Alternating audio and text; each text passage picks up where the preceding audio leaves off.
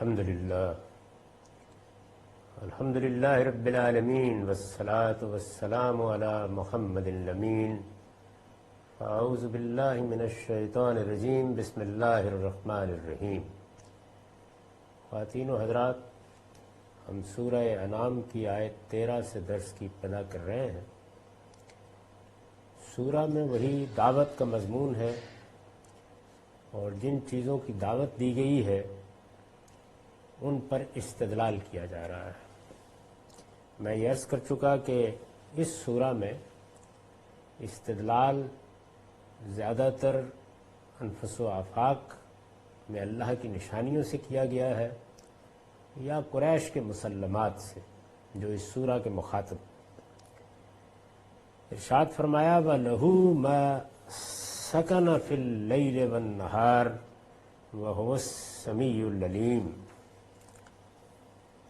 حقیقت یہ ہے کہ جو کچھ رات میں ٹھہر جاتا اور دن میں رواں ہوتا ہے وہ اسی کے قبضہ قدرت میں ہے اور وہ سمیع و علیم ہے۔ اس سے پیچھے یہ بیان ہوا تھا کہ ایک دن آنے والا ہے کہ جس میں اس کائنات کا پروردگار سب لوگوں کو جمع کرے گا، وہ قیامت کا دن ہے۔ اور قیامت کا یہ دن اصلاً اللہ کی رحمت کے ظہور کا دن ہے۔ اللہ تعالیٰ نے چونکہ اپنے اوپر رحمت لازم کر رکھی ہے تو ہماری تخلیق کا باعث بھی یہی رحمت ہوئی ہے، اور جو کچھ انجام اس دنیا کو پیش آنے والا ہے اس کا باعث بھی یہی رحمت ہوگی۔ میں نے یہ توجہ دلائی تھی کہ اس دنیا کو اگر آپ اس دنیا کے اندر ہی رہ کر سمجھنے کی کوشش کریں تو یہ حقیقت ہے کہ پھر ایک ہی رائے قائم ہوتی ہے کہ یہ در حقیقت ایک تماشا گاہ ہے۔ یعنی یہاں انسانوں کے ساتھ کیا کیا ظلم نہیں ہوتے، کیا کیا بے انصافیاں نہیں ہوتی، کیا کیا ستم ان پر نہیں توڑے جاتے، انسان لرز اٹھتا ہے۔ اس کو اگر اللہ تعالیٰ کی پوری اسکیم کے اندر رکھ کر سمجھیے تو پھر ظاہر ہے کہ یہ ایک تمہید ہے، یہ چند سال کا وقفہ ہے۔ اس میں جو کچھ پیش آ رہا ہے اس کے بارے میں بتا دیا گیا ہے کہ یہ ایک امتحان ہے، اس کو لازماً گزر جانا ہے اور اس کے بعد اس کا نتیجہ نکلنا ہے۔ وہ نتیجہ اصول کے لحاظ سے عدل پر نکلے گا، انصاف پر نکلے گا، اور انصاف اس صورت میں سامنے آئے گا کہ جس کا انسان اس دنیا میں تصور نہیں کر سکتا۔ یعنی میرے ہاتھ اور پاؤں گواہی دیں گے، میرا وجود گواہی دے گا، میرے احوال کی تصویریں سامنے آ جائیں گی، میں نے جو کچھ کیا ہے وہ ناقابل تردید شواہد کے ساتھ ایک حقیقت بن جائے گا۔ اس موقع پر اللہ کا انصاف سامنے ہوگا۔ تو یہ چیز کیا ہے؟ یہ در حقیقت وہی خیر و شر کی کشمکش یہاں برپا ہے، اس کے بارے میں اللہ کی رحمت کا ظہور ہے۔ یعنی مطلب یہ ہے کہ جو ظلم، ستم، عدوان اس دنیا میں ہم دیکھتے ہیں، جس طرح کی حق تلفیاں دیکھتے ہیں، جس طرح کی بے انصافیاں دیکھتے ہیں، ان سب کو ایک دن اپنے انجام تک پہنچنا ہے اور اللہ کا فیصلہ ان کے بارے میں صادر ہونا ہے، اور پھر وہ لوگ جو مظلوم رہے، جن پر ستم توڑے گئے لیکن انہوں نے اللہ پر بھروسہ رکھا، ان کو ان اس صبر کی جزا مل گئی۔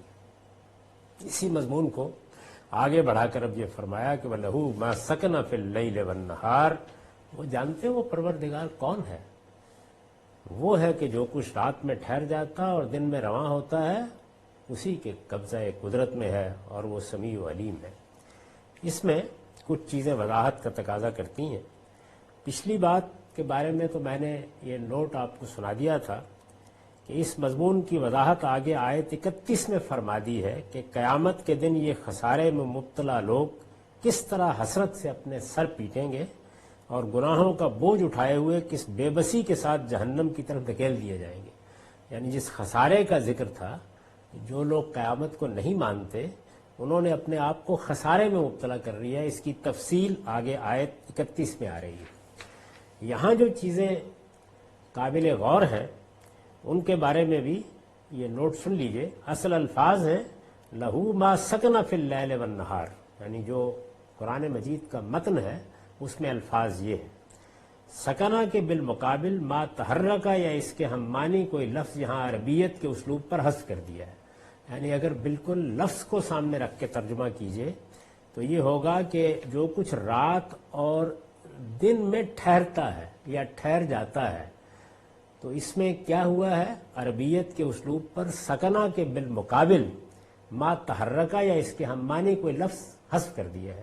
یعنی عربی زبان کا ایک اسلوب یہ ہے کہ اس میں جب آپ جملہ بولتے ہیں تو بعض اوقات ایک فعل استعمال کرتے ہیں اور اس فعل کے مقابل کا فعل خود سمجھ لیا جاتا ہے، بعض اوقات کسی ایک مفعول کو استعمال کرتے ہیں اور اس کے لحاظ سے افعال آپ خود مقدر مان لیتے ہیں۔ اس طرح کی بہت سی چیزیں قرآن مجید میں بھی ملحوظ ہیں، اس لیے کہ یہ اسی زبان میں ہے جس زبان میں اس زمانے کے عرب کلام کرتے تھے۔ تو یہاں یہ ہوا ہے، چنانچہ جب اس چیز کو سامنے رکھا گیا ہے تو پھر ظاہر ہے کہ ترجمے میں اس کو کھول دیا گیا ہے۔ چنانچہ پھر ترجمہ سنیے، حقیقت یہ ہے کہ جو کچھ رات میں ٹھہر جاتا ہے اور دن میں رواں ہوتا ہے، یہ جو دن میں رواں ہوتا ہے، میں رواں ہوتا ہے کا مضمون ہے، یہ الفاظ میں وہاں بیان نہیں ہوا، مقدر ہے، نہار کے حوالے سے اس کو سمجھ لیا جاتا ہے۔ اسی کو بیان کیا ہے کہ سکنہ کے بالمقابل ما تحرکہ یا اس کے ہم معنی کوئی لفظ یہاں عربیت کے اسلوب پر محذوف ہو گیا۔ تو ارشاد فرمایا وہ سب اسی کے قبضہ قدرت میں ہے اور وہ سمیع و علیم ہے۔ وہ سمیع و علیم ہے، اس پر بھی ایک مختصر نوٹ ہے، مطلب یہ ہے کہ خدا کی قدرت سب کو محیط اور اس کا علم سب کو حاوی ہے۔ یعنی جس پروردگار کی بات کی جا رہی ہے، جس کی دعوت پیش کی جا رہی ہے، جس کی طرف سے تمہیں متنبع کیا جا رہا ہے، یہ معلوم رکھو کہ اس کی قدرت سب کو محیط، سب کا احاطہ کیے ہوئے ہے۔ ایسا نہیں ہے کہ آسمان کے لوگ تو اس کے احاطے میں ہیں اور زمین کے کسی اور کے پاس ہے، سب کو اس کی قدرت محیط ہے اور اس کا علم سب کو حاوی ہے۔ یہی دو چیزیں ہیں کہ جو ذات خداوندی کا حقیقی تعارف ہم عاجز انسانوں کے لیے بنتی ہیں۔ یعنی اس کی قدرت سے کوئی چیز باہر نہیں ہے، اس کا علم ہر چیز کا احاطہ کیے ہوئے ہے۔ ایسا نہیں ہے کہ وہ کسی چیز سے ناواقف رہ جائے یا کوئی چیز اس کے قابو سے باہر نکل جائے۔ یہی اللہ تعالیٰ کا وہ صحیح تصور ہے جو قرآن مجید اپنے ہر ماننے والے میں پیدا کرنا چاہتا ہے۔ یعنی نہ اللہ تعالیٰ کا یہ معاملہ ہے کہ اس کی قدرت کچھ دائروں میں محدود ہے اور باقی معاملات میں ہمیں دوسروں کی طرف رجوع کرنا ہے، کسی اہرمن کی طرف رجوع کرنا ہے، کسی دیوتا کی طرف رجوع کرنا ہے، کسی دیوی کی طرف رجوع کرنا ہے۔ نہیں، اسی کی قدرت ہے جو ہم سب کا احاطہ کیے ہوئے ہیں۔ اور یہ بھی نہیں ہے کہ اس کے علم کا دائرہ مثال کے طور پر ملائے اعلیٰ تک ہے، آسمانوں تک ہے، ایک کہکشاں تک ہے، سورج تک ہے، ایک نظام شمسی تک ہے۔ نہیں، ہر چیز اس کے دائرہ علم میں ہے، اور جب ہے تو ظاہر ہے کہ نہ میری خلوت کے بارے میں اس کو کوئی مطلع کر سکتا ہے، نہ میری جلوت کے بارے میں اس کو کوئی اطلاع دے سکتا ہے۔ ہر چیز براہ راست اس کے علم میں ہے، اس کی اطلاع میں ہے۔ تو یہی چیز اللہ تعالیٰ کے اوپر وہ بے پناہ اعتماد پیدا کرتی ہے کہ جس کے بعد ایک بندہ اپنے اندر تفویض اور توکل کا جذبہ محسوس کرتا ہے کہ مجھے اپنے معاملات اسی کے سپرد کرنے ہیں اور اسی پر بھروسہ رکھنا ہے۔ اور پھر اسی کے نتیجے میں سلبی طور پر وہ تمام تصورات آدمی کے عقیدے سے نکل جاتے ہیں کہ جو کسی نہ کسی درجے میں شفاعت باطل پر اعتماد پیدا کرتے ہیں۔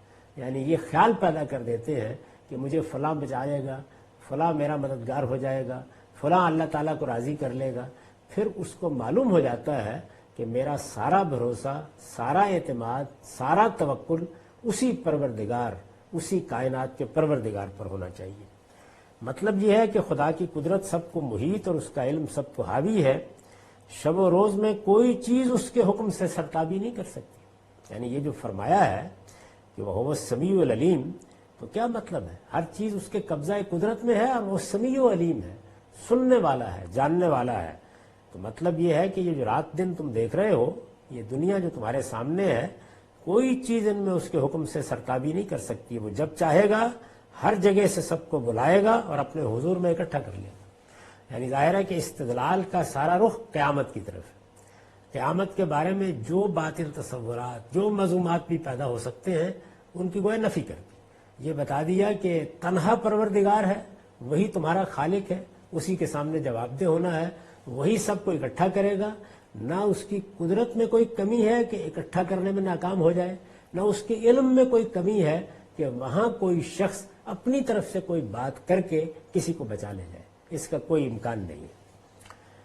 ارشاد ہوا کل غیر اللہ اتخذ ولی فاطر السماوات والارض، کہہ دو اللہ کے سوا کیا میں کسی اور کو اپنا کارساز بنا لوں جو زمین اور آسمانوں کا خالق ہے؟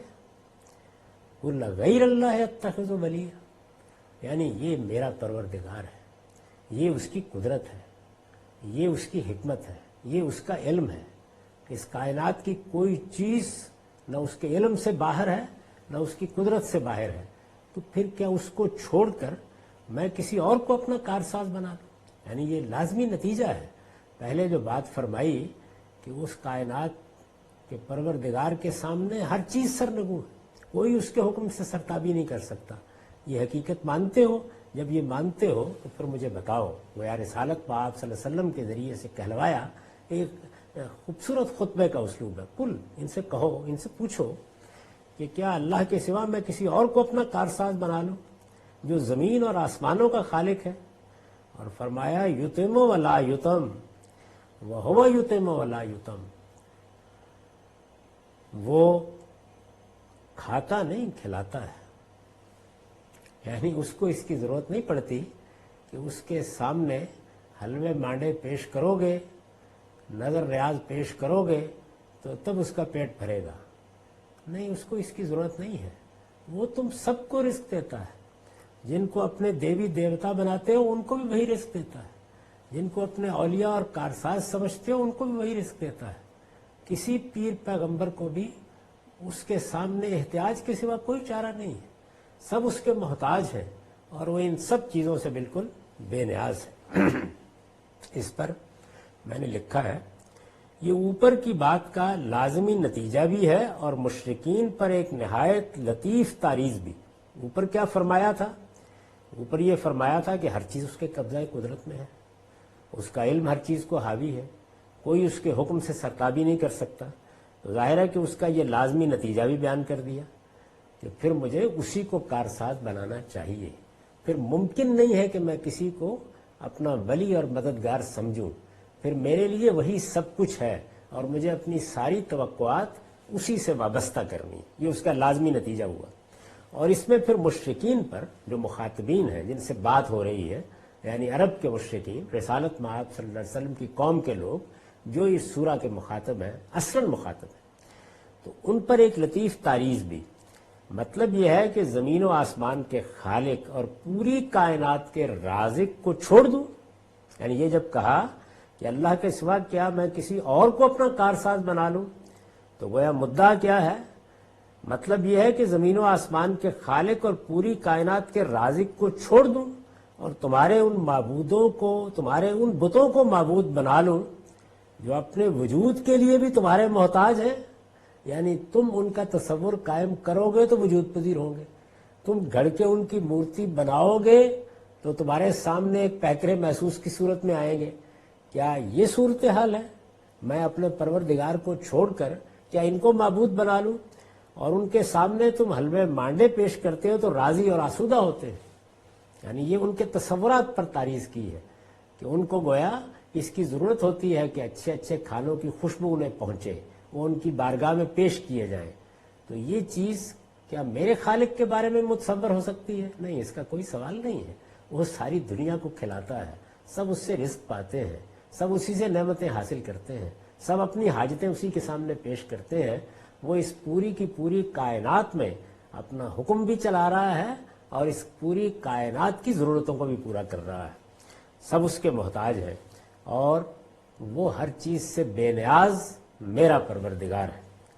استاد امام لکھتے ہیں، یہاں یہ امر پیش نظر رہے کہ مشرکین اپنے بتوں کے آگے جو کچھ پیش کرتے ہیں اس تصور کے ساتھ پیش کرتے ہیں کہ یہ ان کی پسندیدہ اور مرغوب غذائیں ہیں جن کو وہ نوش کرتے اور جن کی خوشبو سے محظوظ ہوتے ہیں۔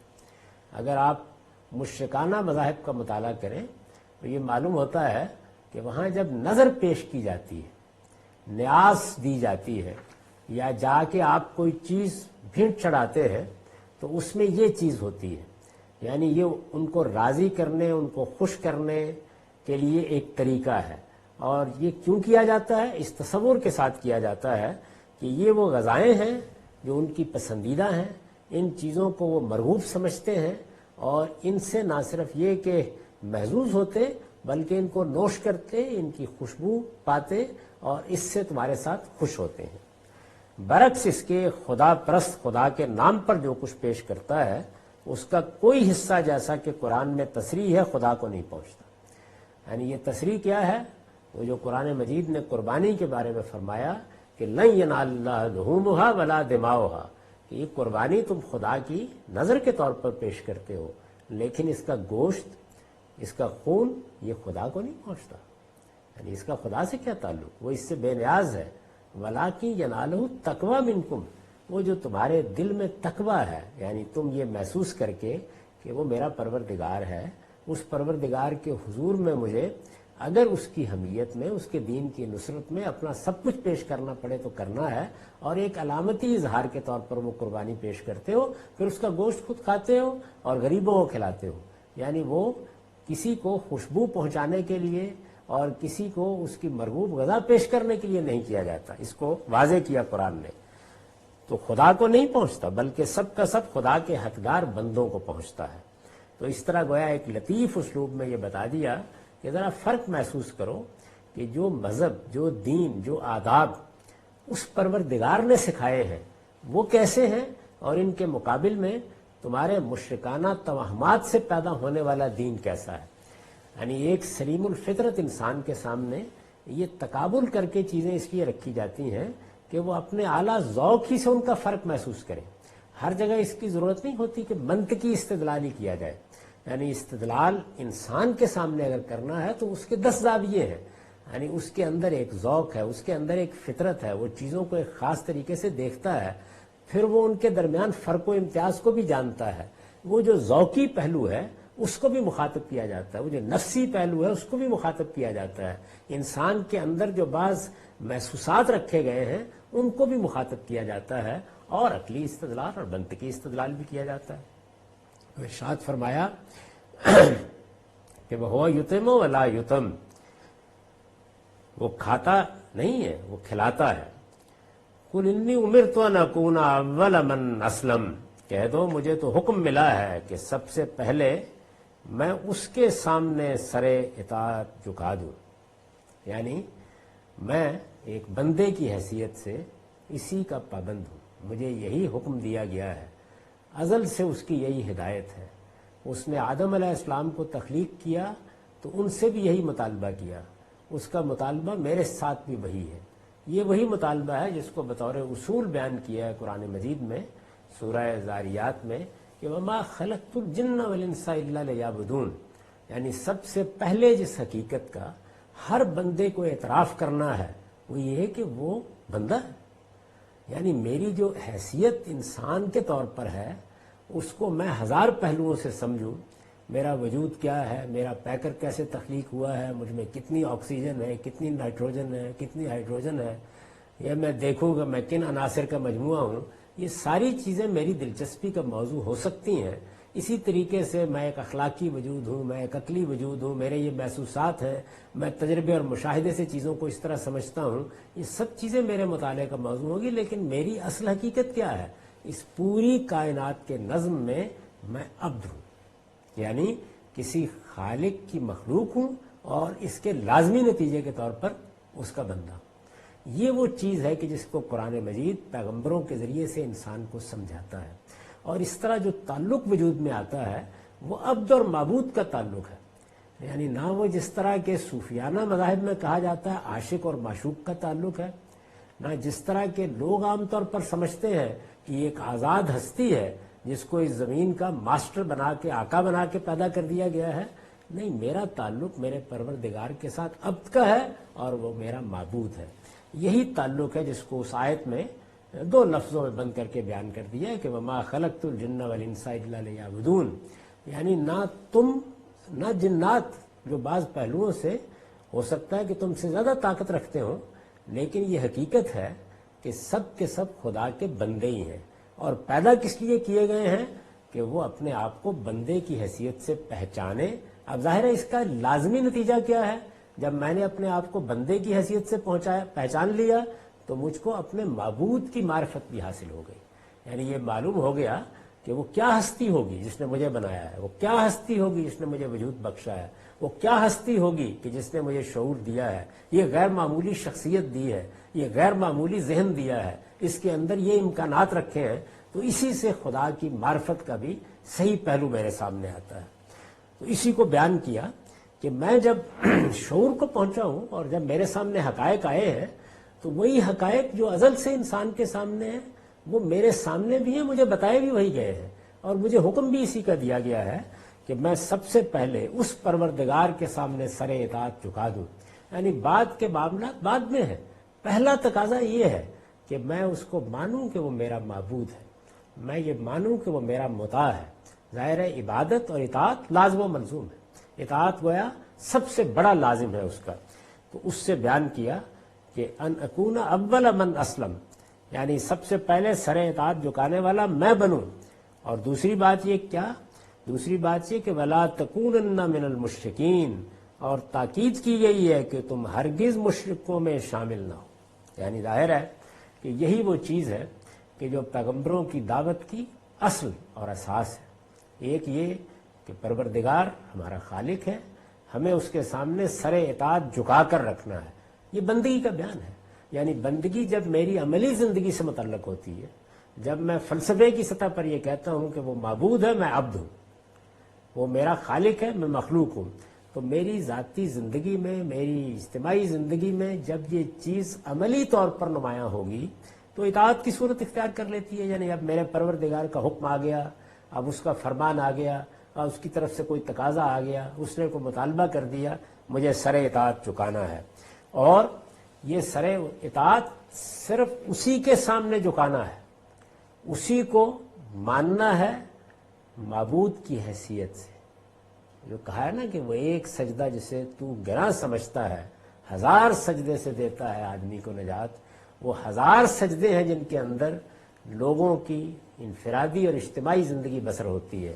لیکن جب میں اس حقیقت کو پہچان لیتا ہوں، اس کو سمجھ لیتا ہوں کہ میرا ایک پروردگار ہے، تو سب سے پہلا نتیجہ اس کا یہ نکلتا ہے کہ پھر میری اطاعت بھی اس کے لیے ہوتی ہے، میری عبادت بھی اس کے لیے ہوتی ہے، اور کوئی دوسرا اس حیثیت سے اس میں شریک نہیں ہو سکتا۔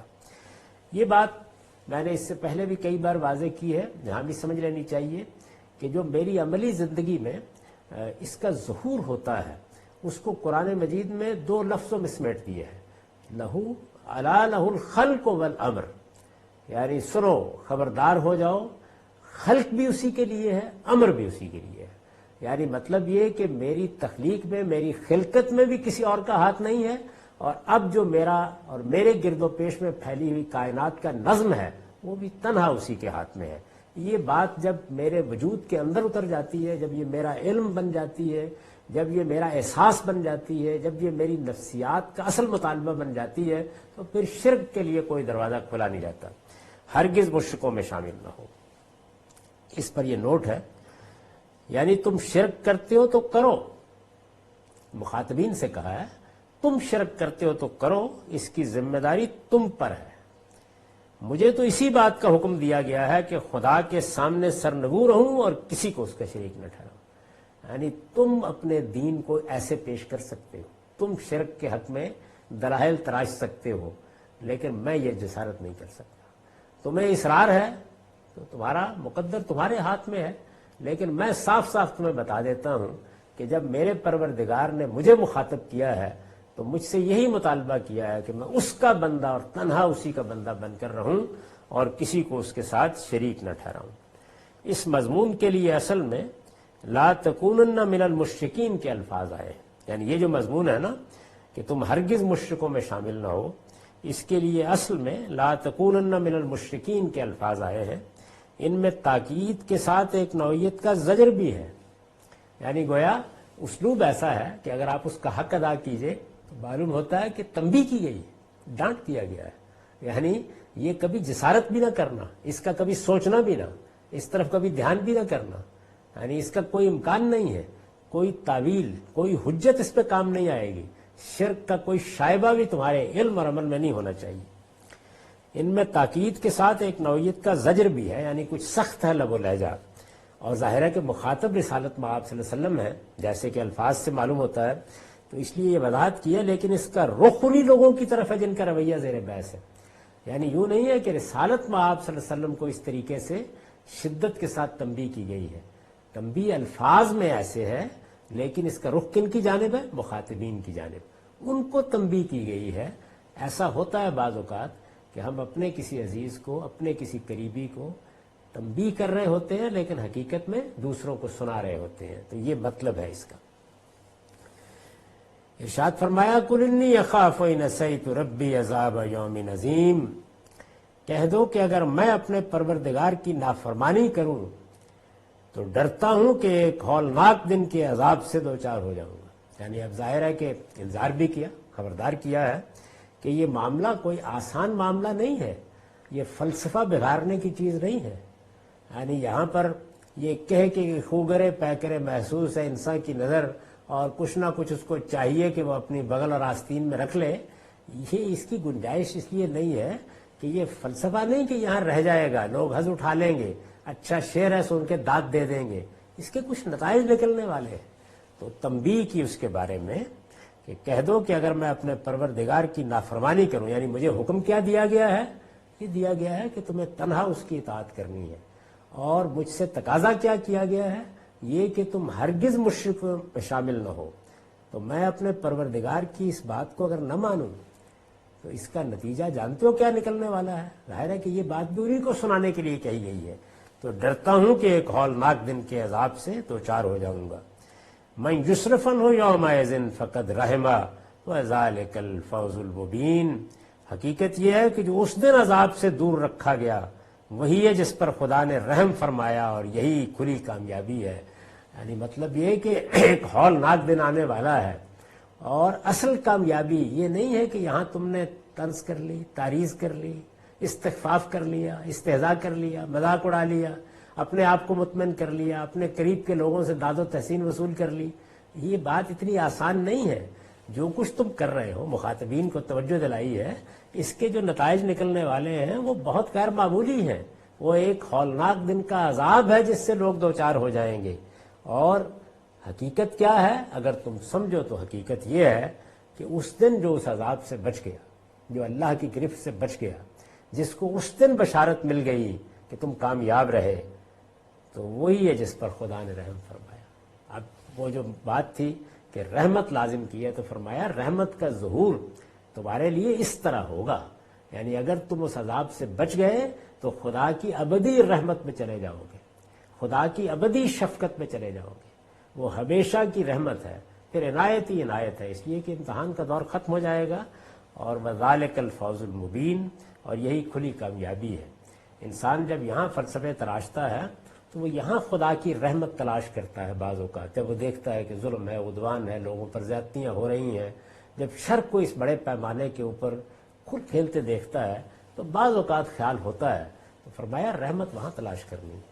یعنی یہاں بھی اس کی رحمت کے آثار ہیں، تمہارا وجود اس کی رحمت ہی کا مرہون منت ہے، لیکن اس کا کامل ظہور، اس کا آخری ظہور تو وہاں ہونا ہے.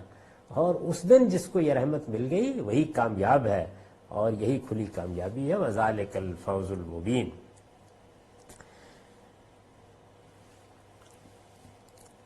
یہ جو فرمایا اور یہی کھلی کامیابی ہے، تو اس میں کس چیز کی طرف توجہ دلائی ہے؟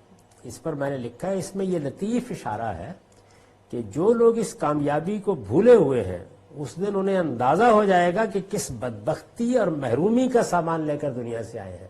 یعنی کامیابی کا جو مقابل پہلو ہے اس کی طرف توجہ دلائی ہے. یہ مختلف اسالیب ہیں کہ جن میں کبھی نتیجے کو براہ راست بیان کیا جاتا ہے، کبھی اس کے عکس کو بیان کر کے توجہ دلائی جاتی ہے.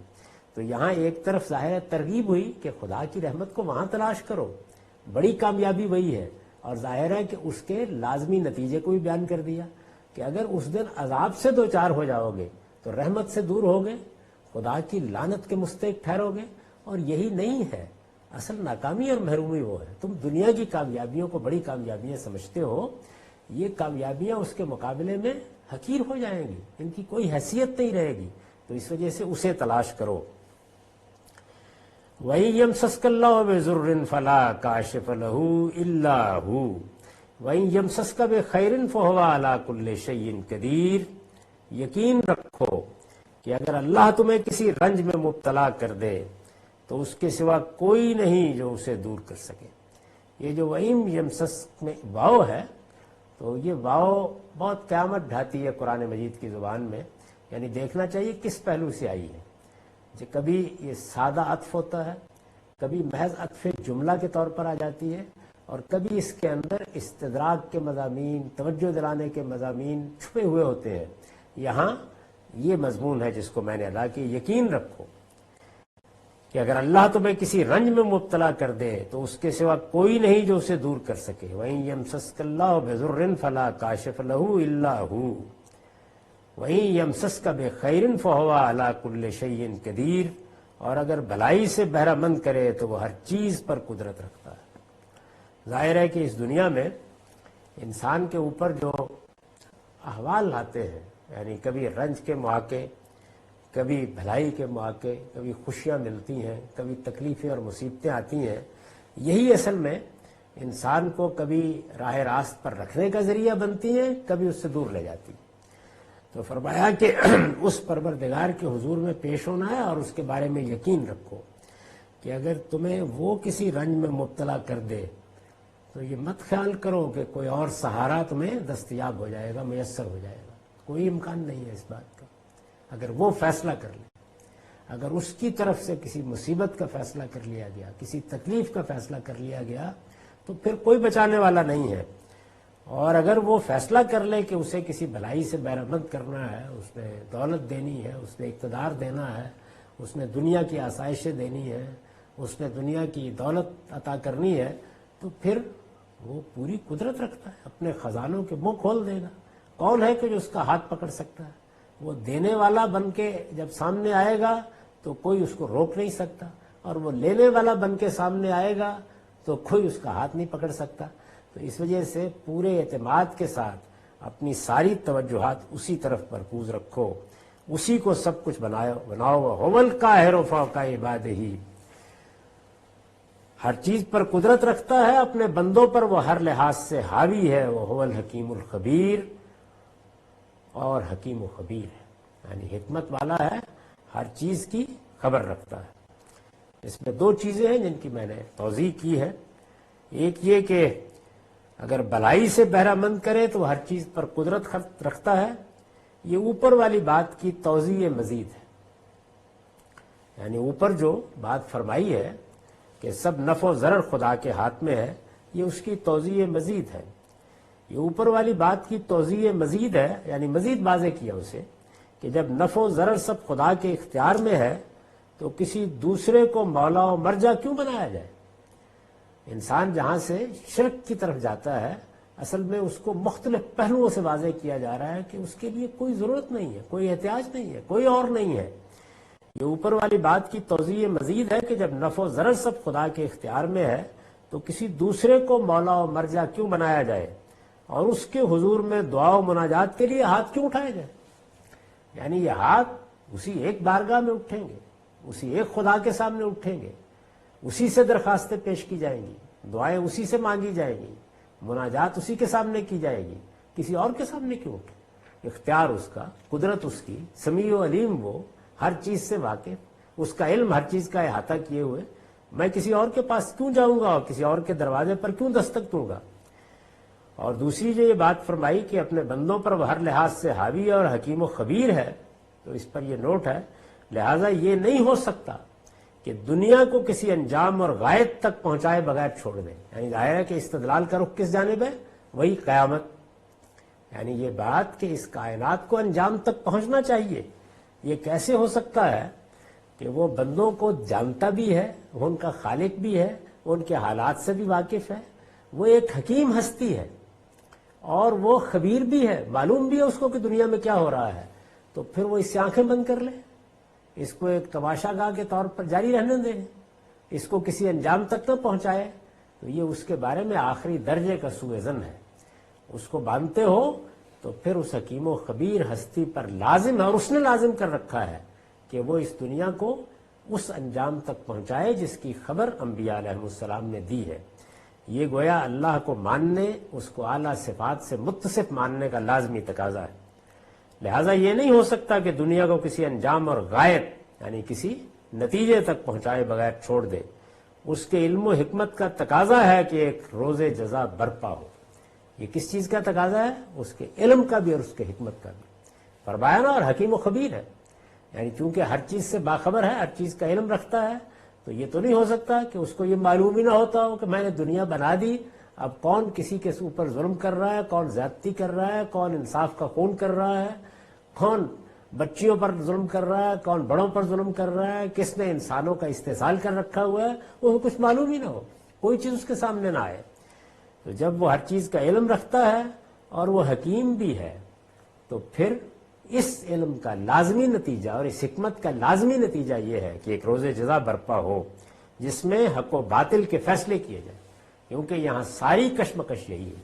اگر انسان سے پوچھا جائے کہ وہ اس دنیا میں سب سے زیادہ کس چیز کا طالب ہے، کس چیز کا خواہاں ہے، یعنی کون سی چیز ہے کہ ساری چیزیں چھین لی جائیں اور وہ اس کو ملنی چاہیے، تو وہ کہے گا عدل، انصاف، یعنی یہی چیز ہے۔ اور انصاف اور عدل کا مطلب صرف عدالتوں میں ملنے والا انصاف نہیں ہوتا، بلکہ یہ دنیا کی پوری زندگی میں انصاف، اس کے ساتھ عدل کا معاملہ کیا جائے۔ یعنی وہ اس سے آگے کی بات ہے، وہ رحمت بھی چاہتا ہے، وہ عنایت بھی چاہتا ہے، لیکن سب سے پہلے جس چیز کا تقاضا اس کی فطرت کے اندر ہے وہ یہ کہ اس کو عدل ملے، اور حق اور باطل کے درمیان جو یہاں التباس پیدا کر دیا جاتا ہے، علم میں بھی پیدا ہو جاتا ہے، عمل میں بھی پیدا ہو جاتا ہے، یہ ختم ہو۔ یہ انسان کا سب سے بڑا مطالبہ ہے، یہ اس کے باطن کا مطالبہ ہے۔ اگر باقی چیزوں سے اسے ذرا عافیت ملے تو وہ اسی چیز پر آ کر کھڑا ہو جائے گا۔ تو اسی کو بیان کیا ہے کہ اس کے علم اور اس کی حکمت کا تقاضا ہے کہ ایک روز جزا برپا ہو جس میں حق و باطل کے فیصلے کیے جائیں۔ قُلْ أَيُّ شَيْءٍ أَكْبَرُ شَهَادَةً قُلِ اللَّهُ، ان سے پوچھو کس کی گواہی سب سے بڑھ کر ہے؟ کہہ دو اللہ کی۔ شہیدٌ بینی و بینکم، وہ میرے اور تمہارے درمیان گواہ ہے۔ وَأُوحِیَ إِلَیَّ هَٰذَا الْقُرْآنُ لِأُنذِرَکُم بِهِ وَمَن بَلَغَ، اور میری طرف یہ قرآن اس لیے وحی کیا گیا ہے کہ اس کے ذریعے سے میں تمہیں خبردار کر دوں اور انہیں بھی جنہیں یہ پہنچے۔ یعنی اب گویا یہ فرمایا کہ یہ حقائق ہیں جو میں تمہارے سامنے رکھ رہا ہوں، اور یہ حقائق کوئی میرا تراشیدہ فلسفہ نہیں ہے، میرے اور تمہارے درمیان خدا کی گواہی کافی ہے۔ اس نے مجھے مامور کیا ہے، اس نے مجھے یہ ذمہ داری دی ہے، میں اس کو ادا کر رہا ہوں۔ وہی گواہ ہے اور فیصلہ بھی ظاہر ہے کہ پھر وہی کرے گا۔ متنبہ ہو جاؤ، یہ ایسا آسان معاملہ نہیں ہے کہ میں ایک بات تم تک پہنچا رہا ہوں اور تم اس سے گریز کر کے چلے جاؤ، اس کا مذاق اڑا کے چلے جاؤ، اسے استہزاء کا نشانہ بنا کے چلے جاؤ۔ یہ اتنا آسان معاملہ نہیں ہے۔ درمیان میں کون کھڑا ہے؟ اس کائنات کا پروردگار ہے۔ یہ جو حقائق میری زبان سے نکل رہے ہیں وہ دیکھ رہا ہے کہ میں کیا کہہ رہا ہوں، وہ دیکھ رہا ہے کہ تم اس کے مقابل میں کیا باتیں پیش کر رہے ہو۔ اس وجہ سے متنبہ ہو جاؤ۔ اور پھر اس کے بعد وضاحت کی کہ یہ قرآن جو مجھ پر نازل کیا گیا ہے یہ کس لیے نازل کیا گیا ہے؟ اوحی الی ھذا القرآن، یعنی اللہ تعالیٰ نے یہ اپنی کتاب، یہ قرآن، یہ قیامت تک پڑھی جانے والی کتاب اس لیے نازل کی ہے، اس لیے نازل کی ہے لِأُنذِرَکُم بِہِ، کہ اس کے ذریعے سے میں تمہیں خبردار کروں۔ اس کے ذریعے سے، یہ میں نے کئی مرتبہ توجہ دلائی ہے کہ اللہ کے پیغمبر کو بھی اسی کا حکم دیا گیا۔ قرآن مجید تمام الہامی کتابوں میں اس لحاظ سے بالکل منفرد ہے کہ یہ انذار کے مضمون پر مشتمل ہے۔ یعنی آپ اگر تورات کو پڑھیں، کتاب استثناء میں تورات مرتب کر کے پیش کی گئی ہے، تو وہ ایک قانون کا بیان ہے، یعنی تنبیہات بھی ہیں، توجہ بھی دلائی گئی ہے، لیکن اصلاً قانون کا بیان ہے۔ یہ بتا دیا گیا ہے کہ یہ اللہ کا حکم ہے، یہ تمہیں دیا گیا ہے، ان میں وہ احکام جو شریعت کے ہیں وہ یہ ہے، جو تمہاری خاص حیثیت سے متعلق ہے وہ یہ ہے، تمہیں اپنی ذمہ داریاں پوری کرنی۔ اسی طریقے سے زبور کو آپ دیکھیے تو وہ مناجاتے ہیں، یعنی ہم اپنے رب کے حضور میں چلے گئے ہیں اور پھر اس سے مانگ رہے ہیں جیسے بندوں کو مانگنا ہے، اور بہت اعلیٰ اسلوب میں گویا خدا کے ساتھ ہمارے تعلق کا اس میں اظہار ہوتا ہے۔ اور انجیل میں حکمت ہے، یعنی یہ بتایا گیا ہے کہ ایمان اور اخلاق کی حقیقت کیا ہے، اور ایمان اور اخلاق شریعت سے جب متعلق ہوتے ہیں تو وہاں انسان کس طرح بعض اوقات توازن کا لحاظ نہیں رکھ پاتا. تو یہ پہلو ہے جس کو اس میں بیان کیا گیا ہے. قرآن مجید میں یہ سب چیزیں بیان ہوئی ہیں، یعنی اس میں قانون بھی بیان ہوتا ہے، اس میں دعائیں بھی ہیں، اس میں مناجات کے طریقے بھی بتائے گئے ہیں، اس میں اذکار بھی ہیں، لیکن ان سب چیزوں کے ساتھ اس میں انذار، خبردار کیا گیا. اور پیغمبر بات کر رہا ہے، خدا کی طرف سے خبردار کر رہا ہے، اس کو انذار کہا جاتا ہے. تو یہ فرمایا کہ اس کے ذریعے سے تمہیں خبردار کروں، یعنی یہ ذریعہ بنے گا.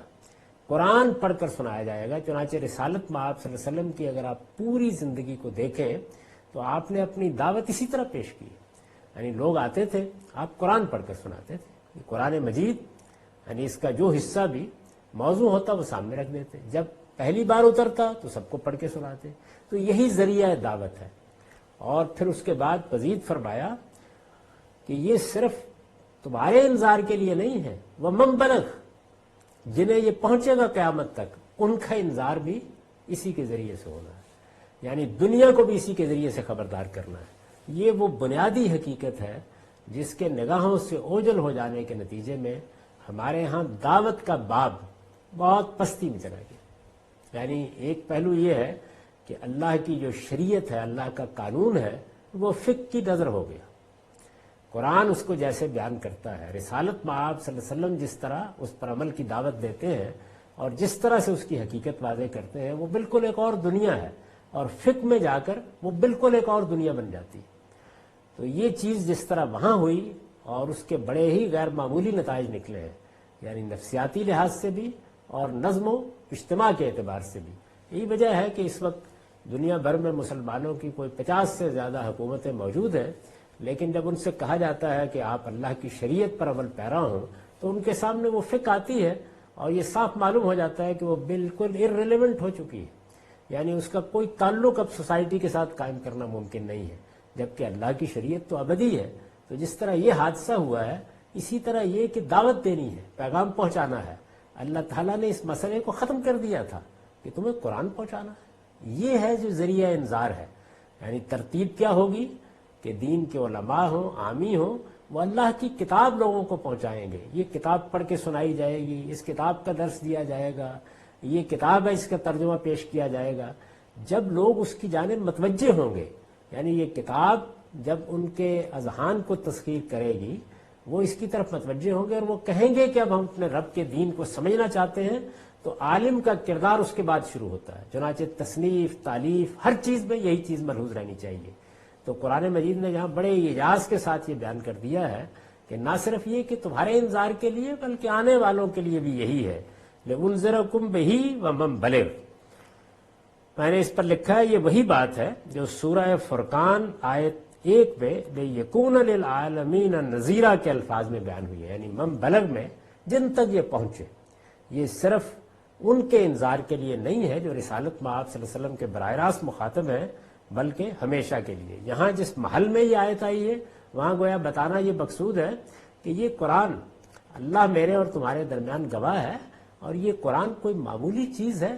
یہ خدا نے قیامت تک کے لیے لوگوں کو خبردار کرنے کے لیے اتار دیا ہے. اس وجہ سے یہ نعمت جو تمہیں ملی ہے اس کی قدر کرو، اور جو بات یہ کہہ رہا ہے اس بات کو سنو، اور جن نتائج سے یہ خبردار کر رہا ہے ان سے خبردار ہو جاؤ، اور اپنی زندگی میں اور اپنے علم و عمل میں اس کی تعلیمات کو داخل کرو. یہ وہی بات ہے جو سورہ فرقان آیت 1 میں لِيَكُونَ لِلْعَالَمِينَ نَذِيرًا کے الفاظ میں بیان ہوئی ہے. یعنی تاکہ یہ قرآن وہاں یہ ہے نا کہ تبارک الذی نزل الفرقان علی عبدہ لِيَكُونَ لِلْعَالَمِينَ نَذِيرًا. یعنی بڑی بابرکت ہے وہ ذات جس نے یہ فرقان، یہ حق و باطل میں امتیاز کرنے والی کتاب اپنے بندے پر اتار دی ہے تاکہ یہ پوری دنیا کے لیے نذیر بنے، انذار کرنے والا بنے، خبردار کرنے والا بنے.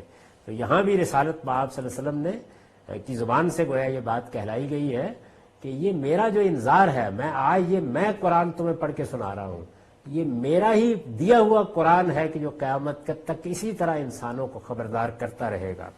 لِيَكُونَ لِلْعَالَمِينَ نَذِيرًا.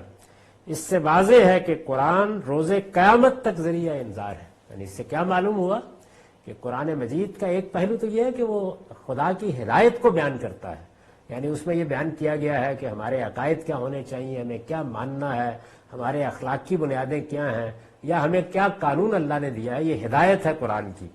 اور دوسری جانب وہ صرف اس ہدایت کا مجموعہ نہیں ہے کہ ایک جگہ کے اوپر ایمانیات اور اخلاقیات اور شریعت کو لکھ کر بتا دیا گیا ہو، بلکہ وہ ذریعہ انذار ہے۔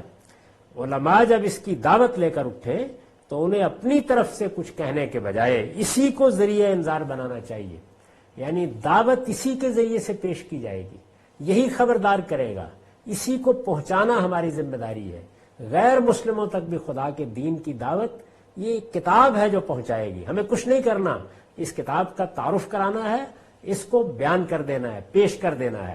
ظاہر ہے پیش کرنے کے انداز بدلتے رہیں گے، کیسے پیش کرنا ہے، کہیں پڑھا کے پیش کرنا ہے، کہیں سنا کے پیش کرنا ہے، کہیں چھاپ کے پیش کرنا ہے، یعنی جو بھی نئے نئے طریقے ایجاد ہوں گے ان سب کے ذریعے سے پہنچانا ہے، یہ پہنچنی چاہیے، انذار یہ خود کرے گا، ہمیں کوئی کہانی کوئی قصہ سنانے کی ضرورت نہیں ہے۔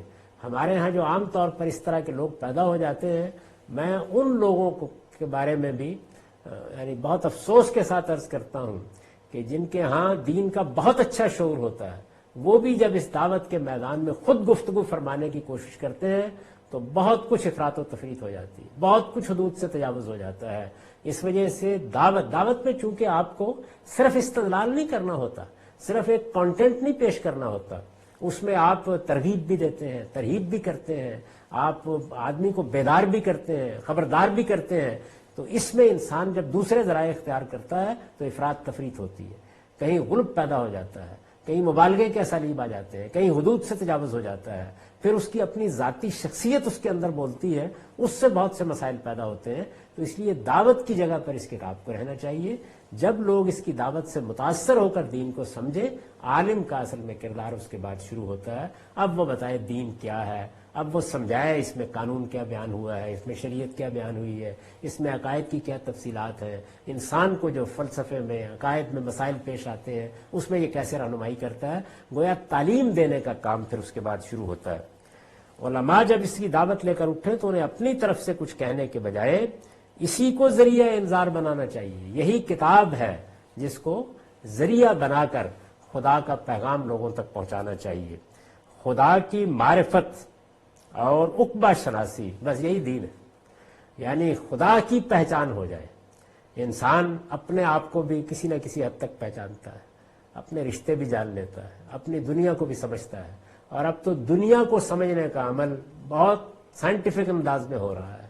اسی طریقے سے سماجی علوم بھی بہت ترقی کر رہے ہیں، لیکن جو سب سے بڑا رشتہ ہے یعنی خالق کا رشتہ، اس کی معرفت کہاں سے حاصل ہوگی؟ اس قرآن مجید سے، خدا کی معرفت۔ اور یہ دنیا کس انجام کو پہنچ رہی ہے؟ وہ جو اس کا انجام ہے اس کو پہچاننا، عقبہ شناسی۔ خدا کی معرفت اور عقبہ شناسی کے لیے اس سے بڑھ کر کوئی چیز نہیں ہے جو لوگوں کو بیدار کر سکے۔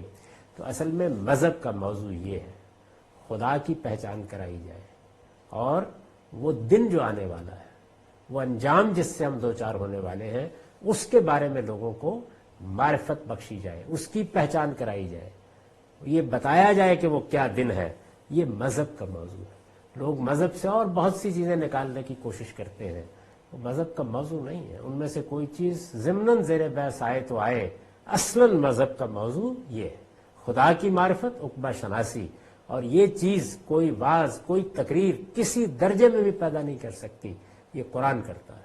اور اصل میں دعوت یہی ہے، یعنی خدا کی معرفت پیدا ہو جائے، اللہ تعالیٰ جس انجام تک کائنات کو پہنچا رہے ہیں اس کے بارے میں ہم متنبع ہو جائیں، سمجھ لیں کہ وہ کیا دن آنے والا ہے۔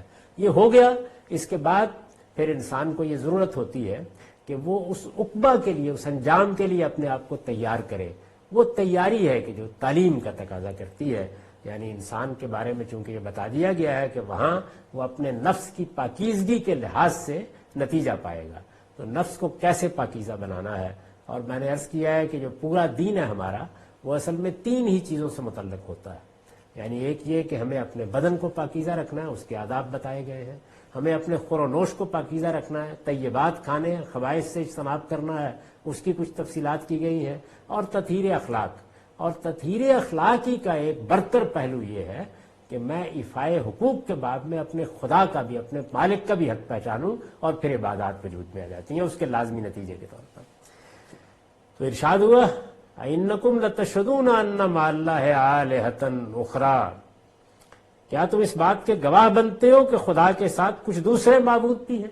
یعنی میں جو بات کہہ رہا ہوں اس کا گواہ خدا ہے، اس نے مجھے حکم دیا، میں بیان کر رہا ہوں۔ کیا تم اس بات کے گواہ بنتے ہو کہ خدا کے ساتھ کچھ دوسرے معبود بھی ہیں؟ قُلْ لَا أَشْهَدُ، کہہ دو میں اس کی گواہی نہیں دے سکتا، میں یہ جسارت نہیں کر سکتا۔ قُلْ إِنَّمَا هُوَ إِلَٰهٌ وَاحِدٌ، کہہ دو وہی ایک معبود ہے۔ وَإِنَّنِي بَرِيٌّ مِّمَّا تُشْرِكُونَ، اور میں ان سے یقیناً بری ہوں جنہیں تم شریک ٹھہراتے ہو۔ تو یہ گویا یہاں تک پہنچ گئی بات، اور وہ جو بات کہی تھی کہ مجھے حکم دیا گیا ہے کہ میں اس کے سامنے سر اطاعت جھکاؤں اور مشرکین میں سے نہ بنوں، اس کو گویا آخری جگہ تک واضح کر دیا، یہ پہنچا کے کہ یہ ہے وہ اصل دعوت۔ میں یہ گواہی نہیں دے سکتا کہ میں خدا کے سوا کسی کو معبود بناؤں، مجھے تنہا اسی کو ماننا ہے، اسی کو خالق سمجھنا ہے، اسی کو مالک سمجھنا ہے، اسی کو کائنات کا بادشاہ سمجھنا ہے، اسی کی عبادت کرنی ہے۔ اور یہ ہو نہیں سکتا کہ میں کسی بھی درجے میں اس کے خلق میں یا اس کے امر میں کسی دوسرے کو شریک ٹھہرا لوں۔ میں اس سے برات کا اظہار کرتا ہوں، میں اسی مقام پر کھڑا ہوں جس کا مجھے حکم دیا گیا ہے، اور وہ یہ کہ وہی تنہا معبود ہے اور میں اس کا بندہ ہوں، میں اس کا عبد ہوں، اور بندے کی حیثیت سے مجھے بندگی کے حقوق پورے کرنے ہیں، بندگی کے فرائض ادا کرنے ہیں۔ اقول قولی ھذا واستغفر اللہ لی ولکم ولسائر المسلمین۔